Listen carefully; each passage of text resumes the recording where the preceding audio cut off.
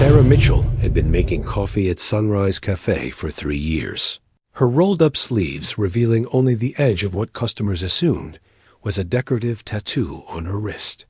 The regular morning crowd knew her as the friendly barista, who could craft the perfect cappuccino while discussing everything from Denver Broncos games to local politics with equal enthusiasm. She seemed like every other 20-something college graduate working to make ends meet in the city.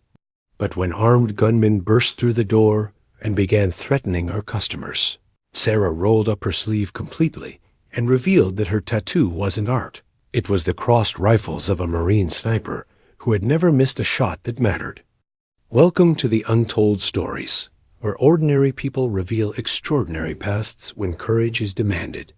Before we dive into this incredible story of hidden identity and lethal precision, I need you to hit that subscribe button right now and ring the notification bell. Trust me, this story will leave you speechless.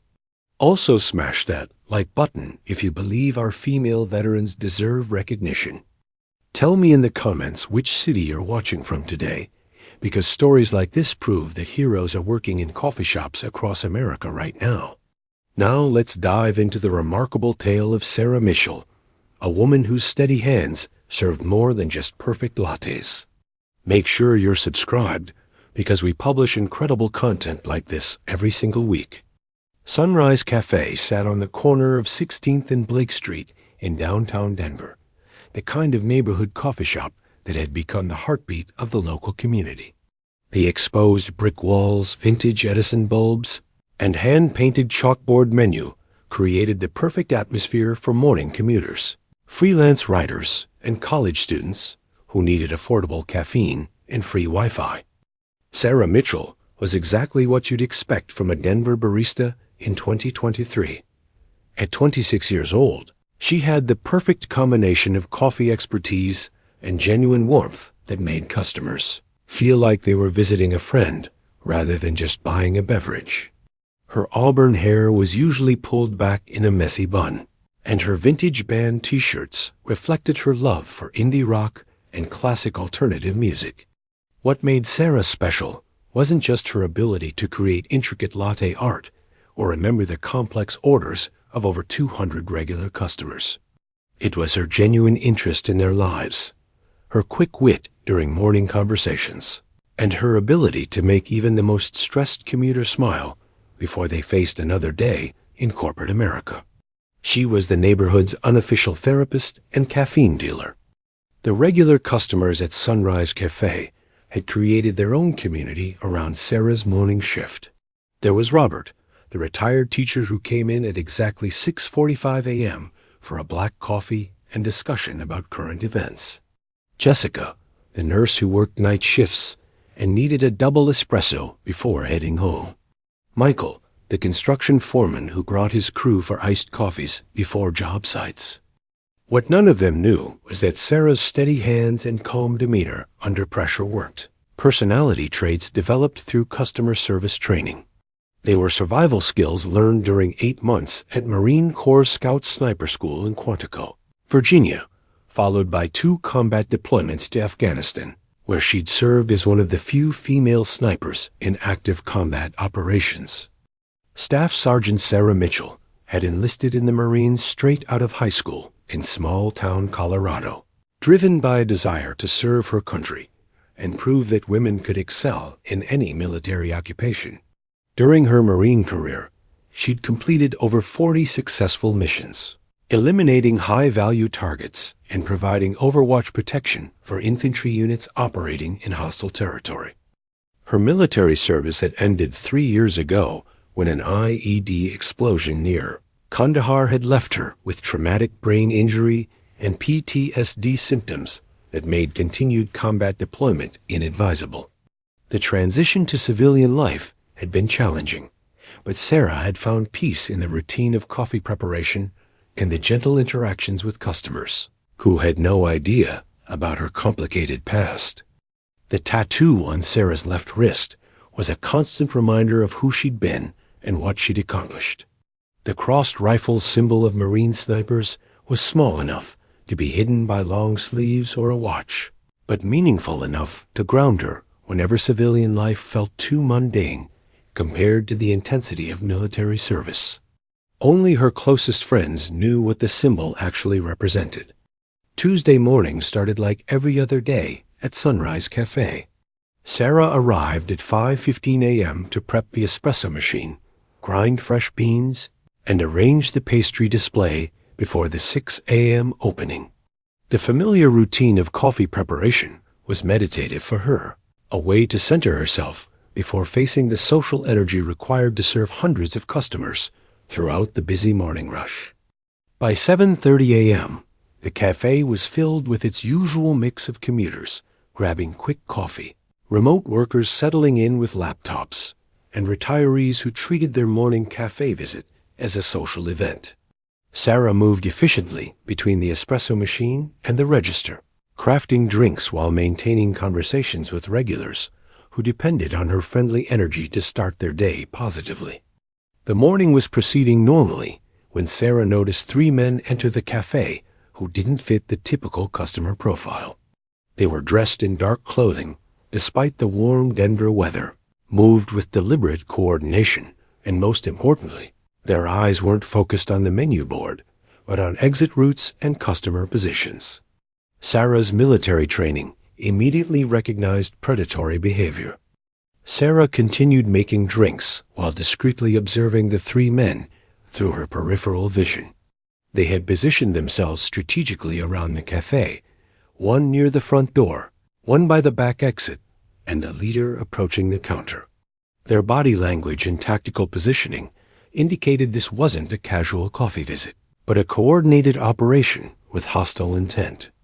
"Good morning, gentlemen," Sarah said cheerfully, maintaining her friendly barista persona while mentally cataloging potential weapons in defensive positions. "What can I get started for you today?" Her training had taught her to appear non-threatening while gathering intelligence about potential enemies. The lead man's response confirmed her worst suspicions about their intentions.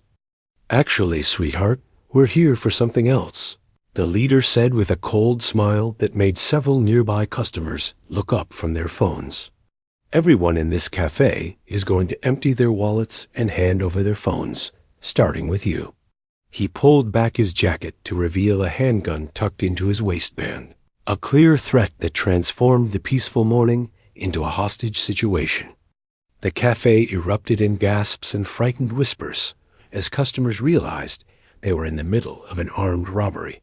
Robert, the retired teacher, instinctively moved to shield Jessica, the nurse, while Michael, the construction foreman, positioned himself between the gunman and the college students studying in the corner. Everyone looked to Sarah behind the counter, expecting fear and compliance. Instead, Sarah felt the familiar calm that had always descended during combat situations. Time seemed to slow as her military training automatically assessed the tactical situation. 3 hostile actors, approximately 25 civilians in various positions, multiple potential weapons within reach, and her own capabilities against untrained criminals who had no idea what they were facing. "Please don't hurt anyone," Sarah said in a trembling voice that was completely fake, playing the role of a scared barista while actually calculating angles, distances, and response times. "I'll give you whatever you want from the register." She moved toward the cash drawer with deliberate slowness, buying time to finalize her tactical assessment and decide on the best course of action to protect innocent lives. The second gunman moved closer to the customers, pulling out his own weapon and waving it threateningly. "Everyone get your phones and wallets out now. Anyone who moves too slow gets hurt." His aggressive posturing was designed to create fear and compliance, but it also revealed poor tactical discipline and lack of professional training that Sarah could exploit if necessary. Sarah opened the cash register and began slowly counting money, still maintaining her frightened act while observing every detail of the 3 men's positions and behaviors.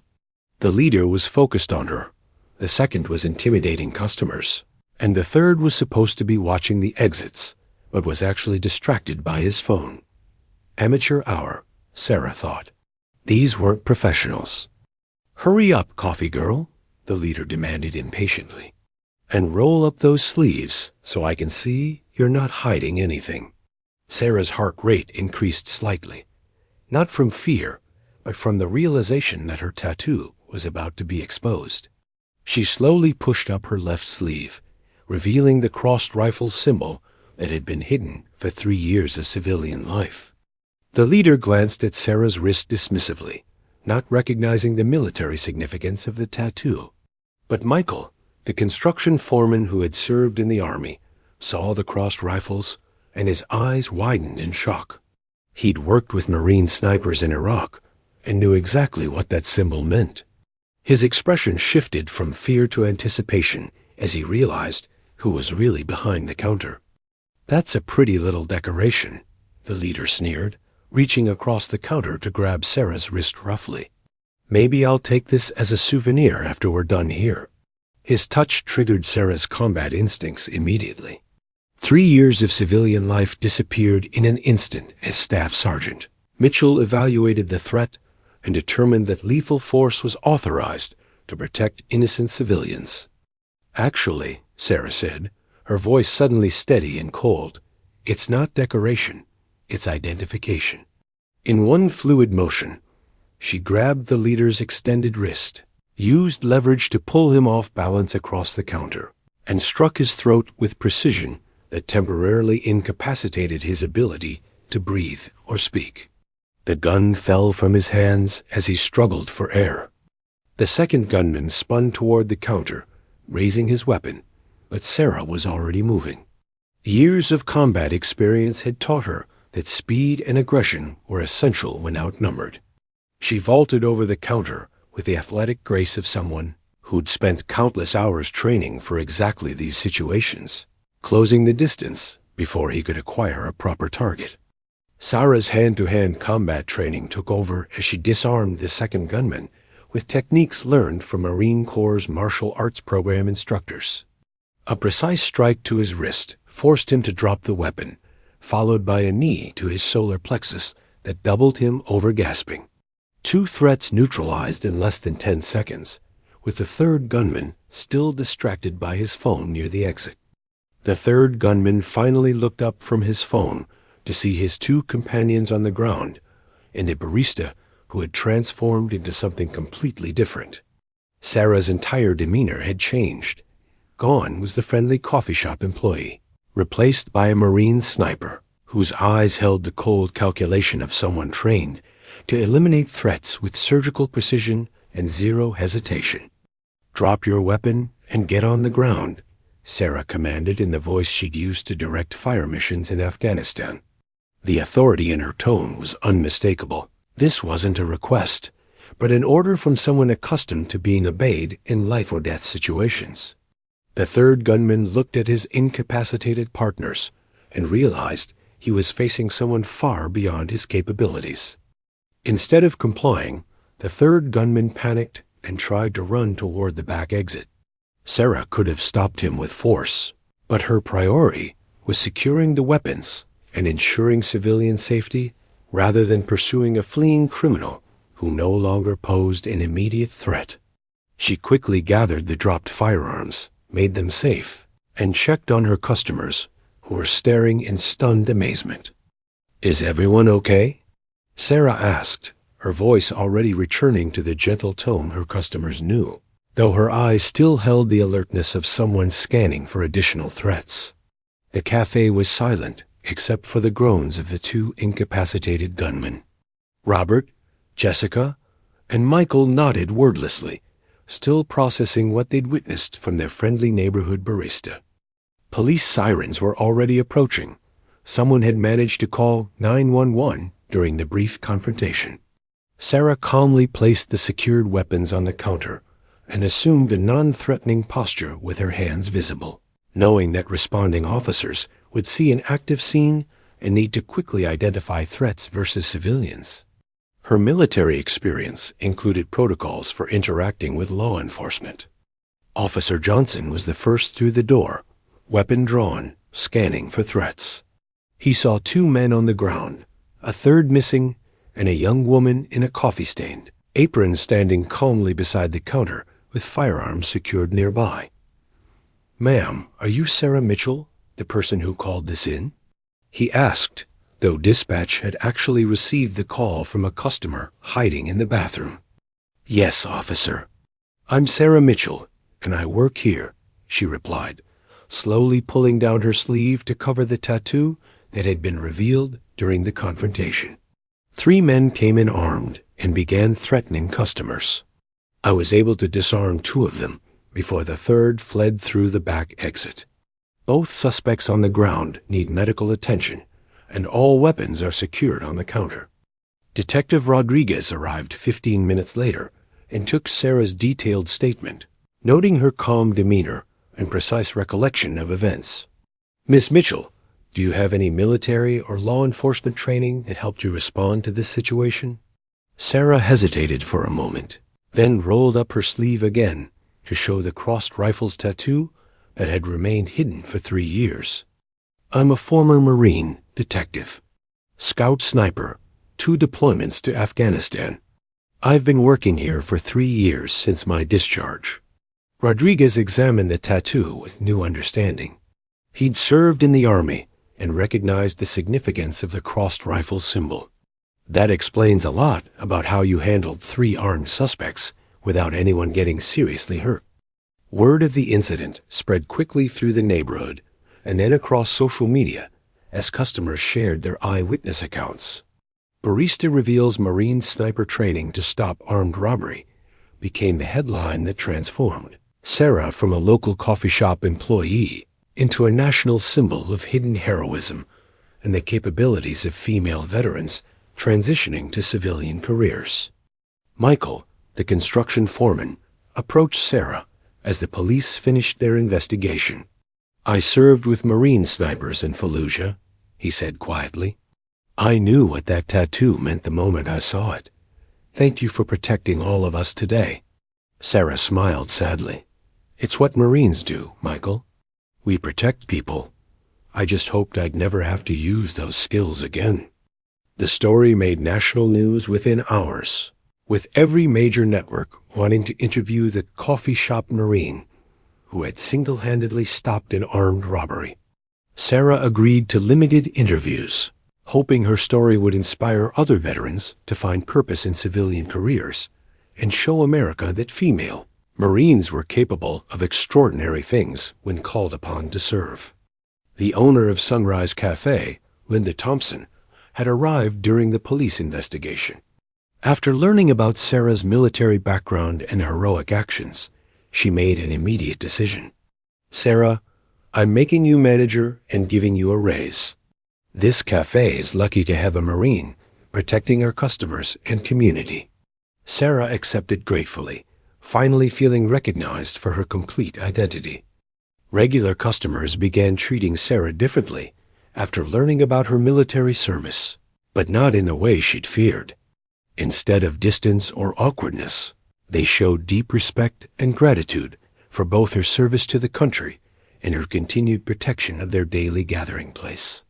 The cafe became busier than ever as people came to meet the Marine Barista, who'd become a local legend. Sarah decided to stop hiding her tattoo, rolling up her sleeves permanently and wearing the crossed rifle symbol with pride. She also began volunteering with local veteran organizations, helping other female Marines transition to civilian careers and find meaningful work that utilized their skills and leadership abilities. Her coffee shop had become an unofficial veteran meeting place and support center. Sarah Mitchell proved that warriors come in all forms and work in unexpected places. Her story shows that female veterans continue serving their communities long after taking off their uniforms. If this incredible tale moved you, smash that like button and subscribe to the Untold Stories. Share this with someone who needs to hear about real American heroes. Thank you for honoring our veterans by watching.